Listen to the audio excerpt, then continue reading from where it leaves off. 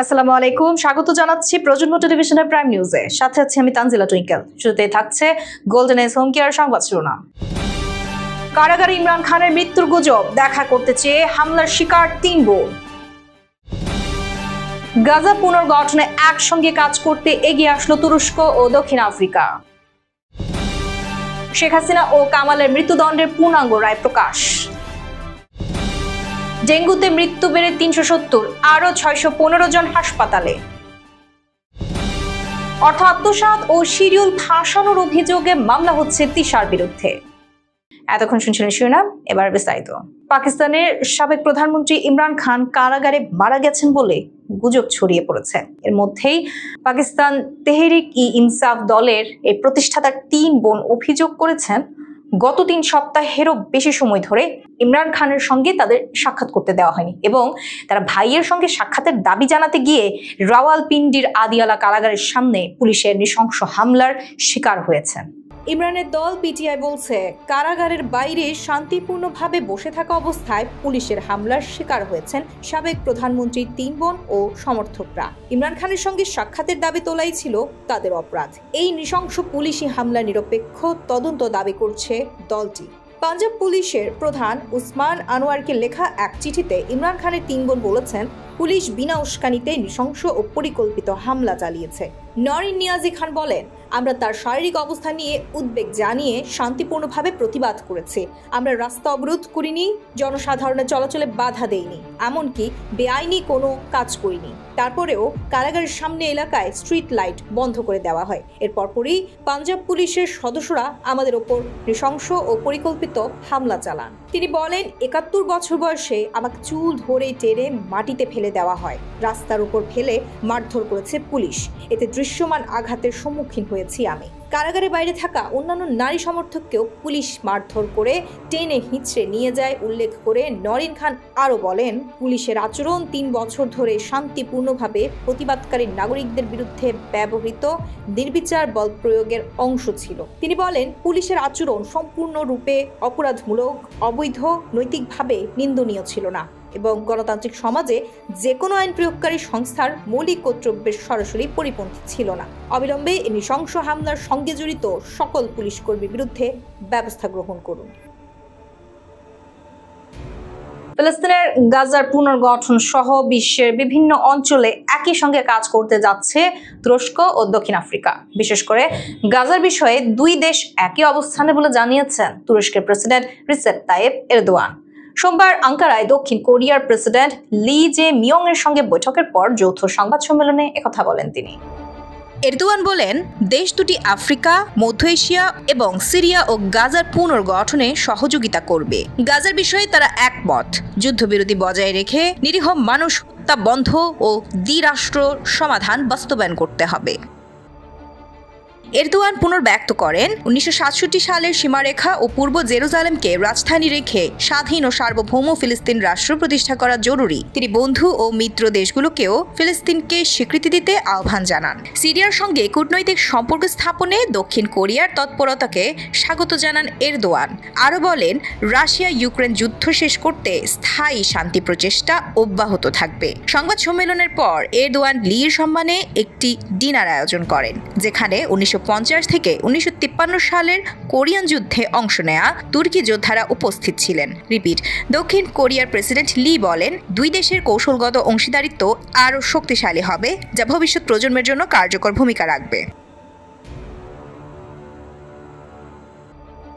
জুলাই গণ অভ্যুত্থান চলাকালে সংঘটিত গণহত্যা ও মানবতা বিরোধী অপরাধের মামলায় ক্ষমতাচ্যুত প্রধানমন্ত্রী শেখ হাসিনা ও সাবেক স্বরাষ্ট্রমন্ত্রী আসাদুজ্জামান খান কামালের মৃত্যুদণ্ডের পূর্ণাঙ্গ রায় প্রকাশ করেছে আন্তর্জাতিক অপরাধ ট্রাইব্যুনাল। বুধবার প্রকাশিত এই পূর্ণাঙ্গ রায়ের ভিত্তিতে আগামী 30 দিনের মধ্যে আপিল করতে পারবেন 2 আসামি। গত 17 নভেম্বর আন্তর্জাতিক অপরাধ ট্রাইব্যুনাল 1 মামলায় শেখ হাসিনা ও কামালকে মৃত্যুদণ্ড দেন বিচারপতি মোহাম্মদ গোলাম মুর্তুজা মজুমদারের নেতৃত্বাধীন 3 সদস্যের ট্রাইব্যুনাল। একই মামলায় রাজসাক্ষী হিসেবে থাকা সাবেক পুলিশ মহাপরিদর্শক আইজিপি চৌধুরী আব্দুল্লাহ আল মামুনকে 5 বছরের কারাদণ্ড দেওয়া হয়েছে। রায়ে শেখ হাসিনা ও কামালের দেশে থাকা সব স্থাবর অস্থাবর সম্পত্তি বাজেয়াপ্তের নির্দেশও দেওয়া হয়েছে। শেখ হাসিনার বিরুদ্ধে মোট 5টি অভিযোগে বিচার হয়েছে। গণভবনে সংবাদ সম্মেলনে উস্কানিমূলক বক্তব্য, হেলিকপ্টার ও প্রাণঘাতী অস্ত্র ব্যবহারের নির্দেশ, রংপুরে ছাত্র আবু সাইদ হত্যা, চানখারপুলে হত্যা, আশুলিয়ায় হত্যা ও লাশ পোড়ানো। এর মধ্যে শেষ 3 অভিযোগে মৃত্যুদণ্ড এবং প্রথম 2টি অভিযোগে আমৃত্যু কারাদণ্ড দেওয়া হয়েছে। রায় বলা হয়েছে, অভিযোগগুলোর মধ্যে সরাসরি হত্যাকাণ্ড এবং নেতৃত্বের দায় প্রমাণিত হওয়ায় সর্বোচ্চ শাস্তি নির্ধারণ করা হয়।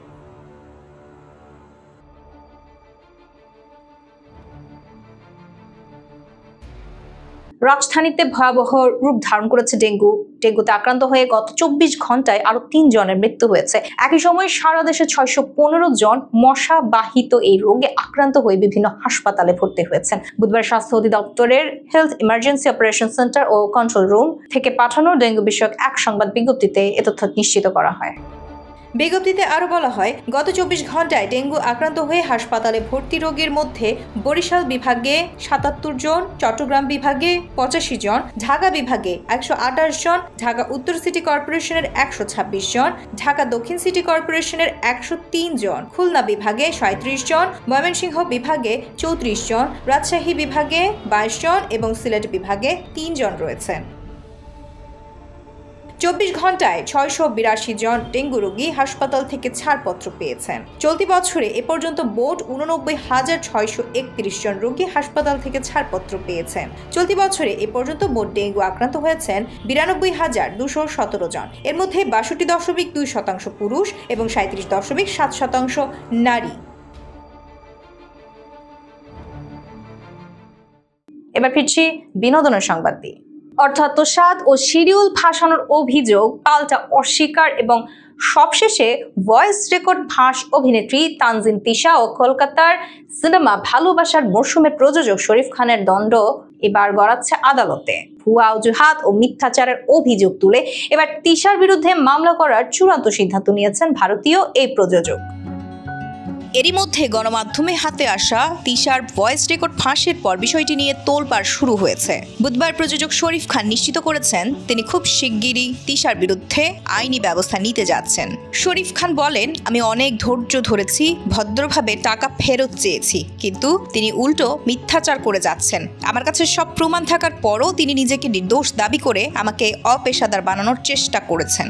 আমার ধৈর্যের বাঁধ ভেঙে গেছে, আমি আর অপেক্ষা করব না। খুব শিগগিরই তার বিরুদ্ধে আমি মামলা দায়ের করতে যাচ্ছি।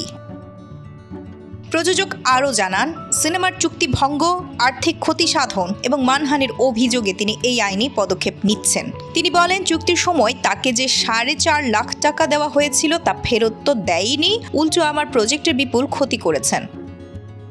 সাকিব খানের সিনেমার দোহাই দিয়ে শিডিউল পেছালেন, ভিসা নিজে করবেন বলে কথা দিলেন, আর এখন সব দোষ আমার উপর চাপাচ্ছেন। আমি আইনের মাধ্যমেই এর বিচার চাই।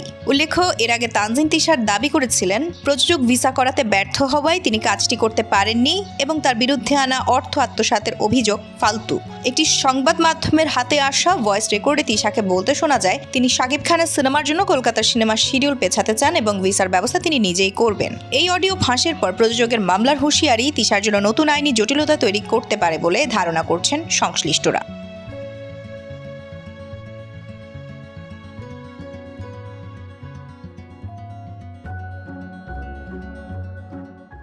এই ছিল প্রজন্ম টেলিভিশনের প্রাইম নিউজ। পরবর্তী প্রাইম নিউজ দেখার আমন্ত্রণ জানিয়ে শেষ করছি এখানে। এতক্ষণ সাথে থাকার জন্য ধন্যবাদ সবাইকে।